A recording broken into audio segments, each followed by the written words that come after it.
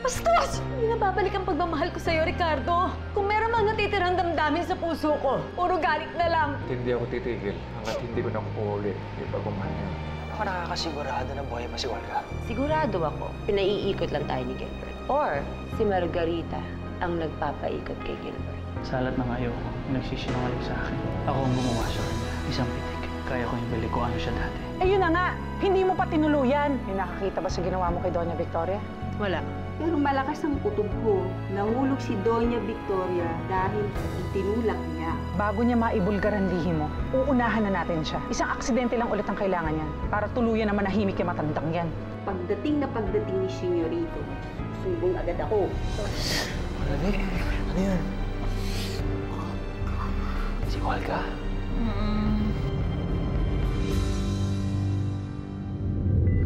Lola Vic? Lola Vic? Lola Vic? Lola Vic, talk to me. Lola Vic? Carlos Miguel? Lola Vic? Uy! Anong ginagawa mo? Bakit kinigising mo si Lola Vic? Pare, nagigising siya. May sinasabi siya eh. Sinasabi? Anong sinasabi niya? Parang... Olga. May sinasabi siya tungkol kay Olga. Parang tinulak daw siya. Ba yan? Pati si Lola Vic, nagdidiliryo tungkol kay Olga.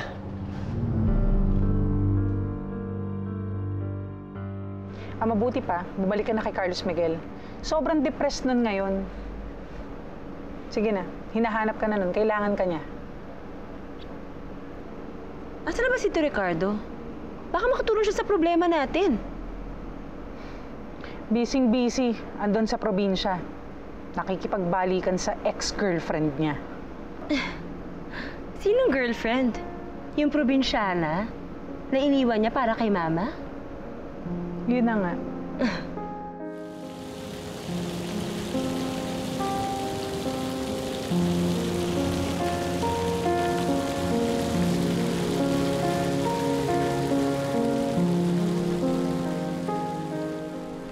Good luck na lang kay Tito Ricardo.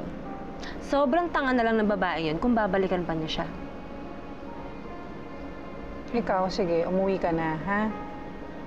At siguraduhin mo na dodoblihin mo na ang ingat mo. Kung nabisto ka nga ni Doña Victoria, posible ring mabisto ka ng iba. At pag nagkataon, tayong dalawa, mabubulok tayo sa kulungan. Naiintindihan mo?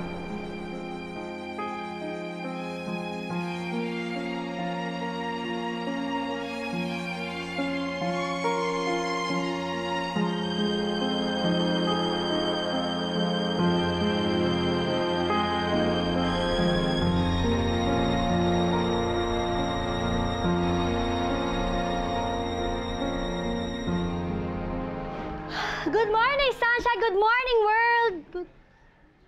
Ay! Sino naman tong perwisyong lalaki to at dito pa? Hoy, lalaki! Excuse me, hindi po tutulugan! Ay! Parang kilala ko to, ah! Ay! Mang Ricardo! Naku! Ay! Mang Ricardo!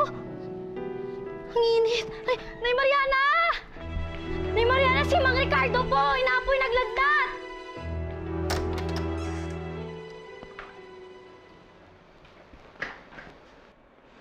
Talaga? Nagkamali na si Lola Vic? Oo, pero... sandali lang. Nakatulog din siya agad. Anong nangyari nung nagkamali siya? May sinabi ba siya? Hindi lang niya masyado na diretsyo. Tapos hindi ko masyado marinig rin eh. Pero binanggit niya yung pangalan ni Olga. Tapos ayun, paulit-ulit lang niya sinabi yun. Talaga? Ano raw tungkol kay Olga? Yun nga, hindi ko siya masyado naintindihan. Pero, bala ko naman bumalik. Baka magkamalay siya. Baka mas magkaintindihan pa kami nun.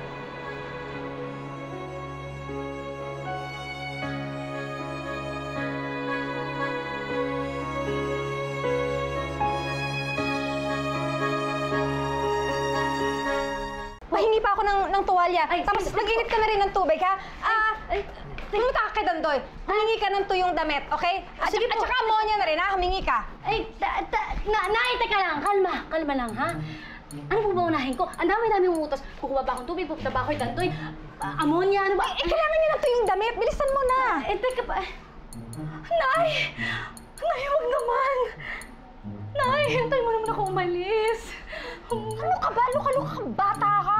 Kaya ito nilalagnat dahil nababad yung katawan sa malamig. Ay, nako. Nay naman, kinabahan naman ako sa'yo. Sana man lang, bago mo gawin, antay mo ako umalis, di ba? Bilisan mo na, baka mag-deliver ito. Yelo, bumili ka na rin. Bilisan mo. Dandoy muna ako. Sige po. Bye po.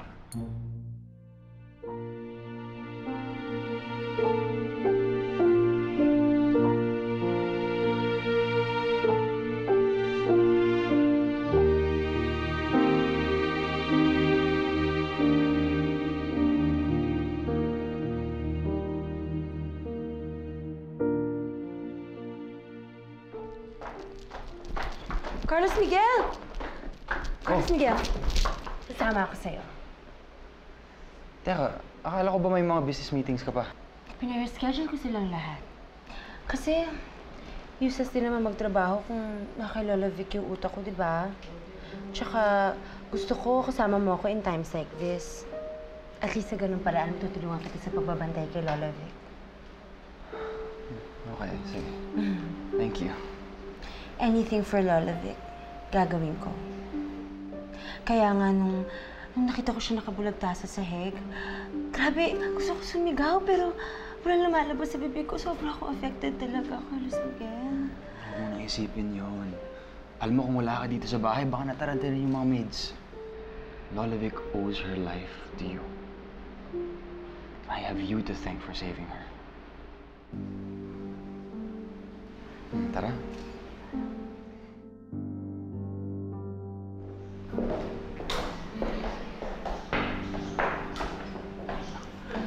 Bis na bis ka.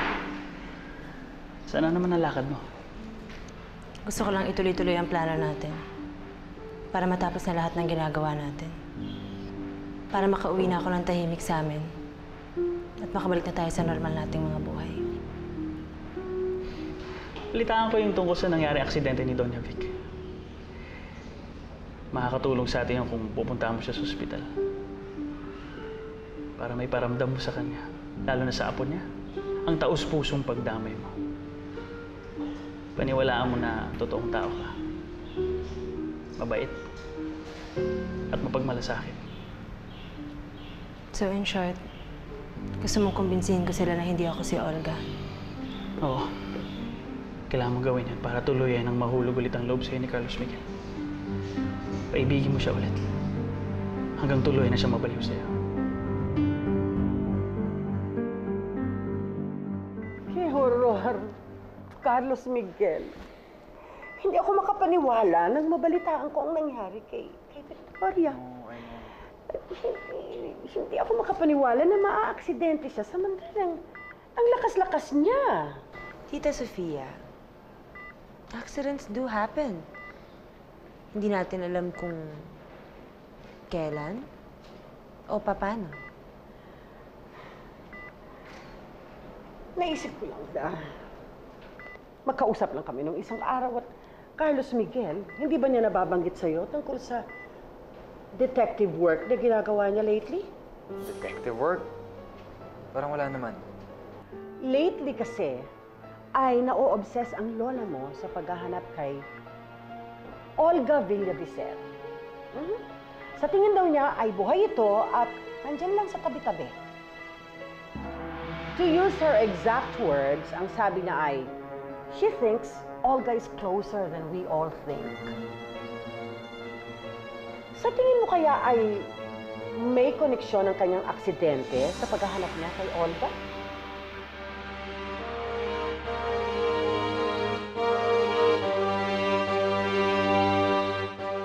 Tita Sofia, kaya gustong-gusto kayo ng lola ko eh.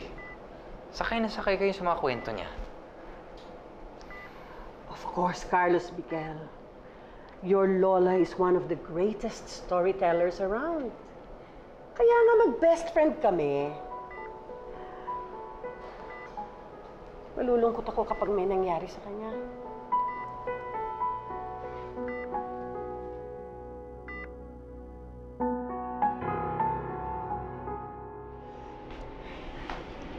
Nay, sana gumising na siya, no? Para naman mapakain mo na siya, mapainom ng gamot. Di ba? Kung dinala niyo siya agad sa ospital, naka-dextrose na yan ngayon, solve na agad problema niyo. Alam mo, naisip ko yan eh. Kaya lang, gusto kasi na Nay Mariana na siya mag-alaga. Siguro, inaway niyo naman si Mang Ricardo, no, Aling Mariana. Tapos yung awayin, binasted niyo na naman. Para gumanti ng gusto. Nagbabad sa ulan. Drama nga yun. Alam mo, sa tingin ko, ganun nga ginawa ni Nay Mariana. Aba, kung gano'n, ikaw lang dapat mag-aalaga kay Mang Ricardo. Ikaw lang makakapagpagaling sa kanya. Oo. Tignan niyo nga akong dalawa. Eh kahit naman sino pang may sakit, kaya kong alagaan ang ginawa ko sa kanya. No? Talaga? Kahit si Dandoy? Kahit sino? So kahit sino, pwede mo nga bigyan ng yakapsul at painumin ng Kisprin. Ang malisyoso niyo talagang dalawa. Tigilan niyo nga ako. Nay Mariana naman. Kunyari ka pa. Pasikretong kinikilig eh, no, Dandoy? Ikaw kaya, Esme? Ano? Kailangan nakikiligin sa akin. Ako, Dandoy, pwede ba? Tigilan mo nga ako. Tsaka huwag kang umasa sa akin, no? Siguro, pag naging kasing-sing mo si Papa Ricardo, pwede pa siguro. Anong sing-sing? Sing-sing. Sing gwapo, sing yaman. Eh, alam naman natin napaka-imposible nun. Kaya huwag ka na umasa. Alam mo, mas maganda maging friends na lang tayo. Di ba forever pa? I hope you understand. I'm busy right now. Oh, BRB. kunwari ka din eh, no? Pakipot. Ate, napapaling na talaga ako kay Doña Sofia. Ang dal-dal-dal-dal niya, lahat na lang inuungkat niya. Huwag mo na masyadong intindihin yang si Tita Sofia. Kaya yan maingay kasi wala namang masyadong alam. Pero sa tingin ko, ate, nakwento niya na lahat ng prebang alam niya dun sa kaibigan niya. Kung idaldal lahat yun ni Doña Sofia, edi mapagdudugtong-dugtong ni Carlos Miguel yung puzzle na nabuo ni Lola Vic. Olga, huwag ka nga masyadong paranoid. Paano kung tama yung alam ko? Anong gagawin natin? Kapag siguradong namimiligro ka na, saka tayo kikilos. Kung kailangan may maaksidente ulit, gagawin natin. Huwag ka lang nila mahuli. Huwag ka mag-alala, Olga. Hindi kita bababayaan. Okay?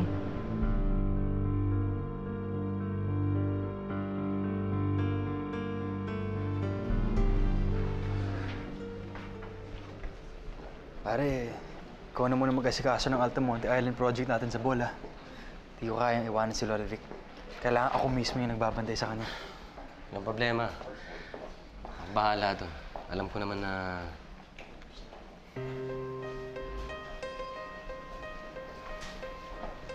Olga Villavicer.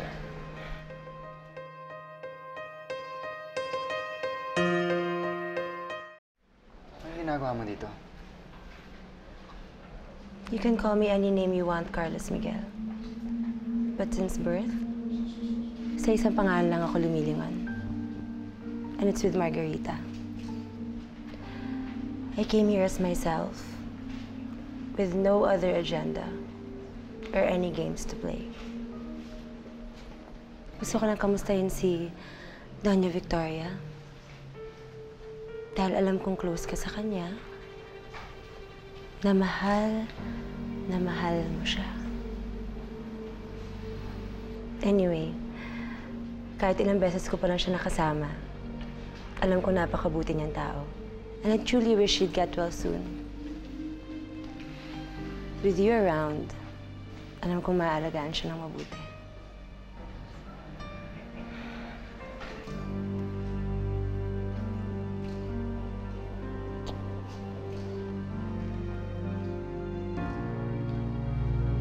Ingat ka palagi.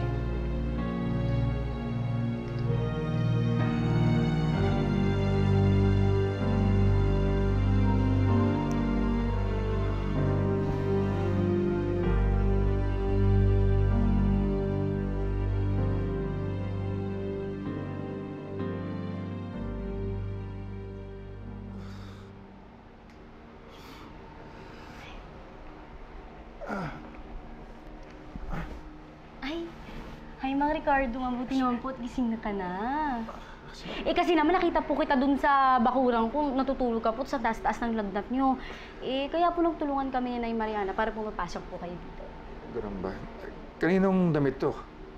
Ay, wag po kayo mag-alala. Kay Dandoy po yan. Hinaram po namin. Hindi po. Ay, tsaka wala po ako nakita. Kasi po si Nay Mariana po yung nagpalit sa inyo. Siya rin po yung nag-asikaso sa inyo. Nagtyaga po siya mag-alaga sa inyo. Salamat. Ay! Ayan na pala siya. Ay, ang maganda po, siya na lang po magtutuloy ng kwento. Aalis po muna ako. Bye. Oh, niluto ako ng sopas. Kainin mo na ng mainitan yung sikmura mo. Ay, wala palang kutsara. Sandali, ako kuha lang ako. Mariana, salamat ka din.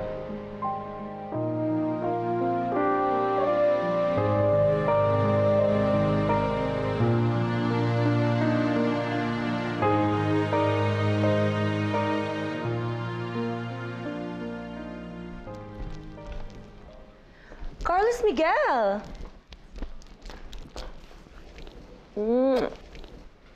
Hi, honey. Kayo na pa kayo? Bakit di kayo makit sa taas? Kasi nakita namin si Margarita at dinalaw yata si Lola Victoria. Kapal talaga ng mukha ng babaeng yun. Hanggang dito ba naman sa ospital gusto kang landiin? Teka. Cecilia! Huwag na. Hayaan mo na. Matino naman yung usapan namin kanina eh. We're here for Lola Vic. Okay? Si Lola Vic muna yung asikusuhan natin.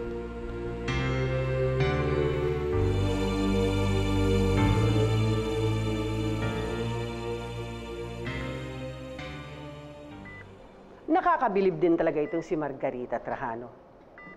Di ba, kumadre? Maganda itong bulaklak na binigay niya at simple ang taste pero elegant. At higit sa lahat, mamahalin. Hindi mo napansin, Mari, talagang magkamukha sila ni Cecilia. Kaya lang, mukhang mas mabait itong si Margarita Trajano. Mas marunong siyang rumispeto sa kapwa niya.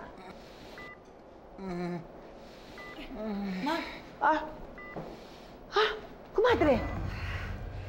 Ay, Sandali, kumadre. Tatawagin ko ang apo mo. Akin na ang cellphone ko. Dito ka lang, bantayan mo lang siya, ha? Carlos Miguel! ¡Qué horror! Kanina ka pa namin hinahanap. Ang Lola Vic mo hinahanap ka. Dali ka na, dali! Come on!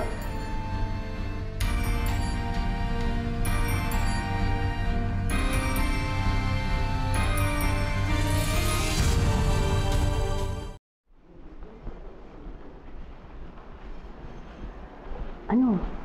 Nakapagsumbong ka na ba? Hindi ko ma-tiyempohang mag-isa eh. Kasi, laging nakadikit si Senyorita Cecilia. Hindi ka kaya nakakaramdam yung babaeng yun? Baka? Di ba mamaya pupunta tayo ng ospital? Malay mo, mas masolo mo doon sa senyorito. Tama. Doon. Chitsyempo ako. Kailangan maisumbong na yung babaeng yan. Para man matigil na yung mga kadardaduhang ginagawa niya dito sa mansyon. Huwag sa kalukuhan. Tama ka dyan. Magsusumbong ako. Lola Vic! Lola Vic? Ano yun?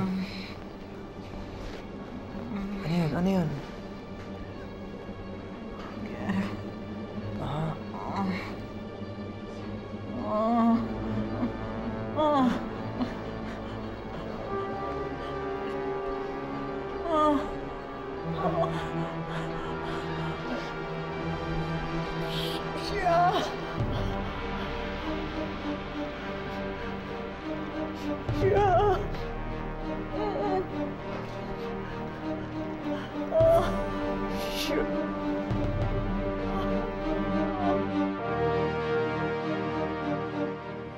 Kailangan magkaroon kayo ng private moment ni Carlos Miguel. Para magawa mo ng husto ang pagseseduce sa kanya. Sa nangyari kay Doña Victoria Gilbert, malabong mangyari yan. Malaki na problema natin sa Bohol. At kailangan natin pumunta doon. Sino mag-aalaga kay Lola Vic? Ako mag-aalaga kay Lola Vic. Mana, ano yun? Sasabihin daw po si Elvis sa inyo. Importante daw po. Andun ho ako nung mahulog si Doña Victoria sa hagdan. So pwede na natin gawin ang pinaplano natin. You can have Carlos Miguel for as long as you want. Margarita? Paano ko kaya kukunin ang atensyon ni Carlos Miguel? Mahal na yata kita, Margarita. Pero hindi ako papayag na paglaruan mo ko. Ikaw ba si Olga? Para sa akin, ikaw ang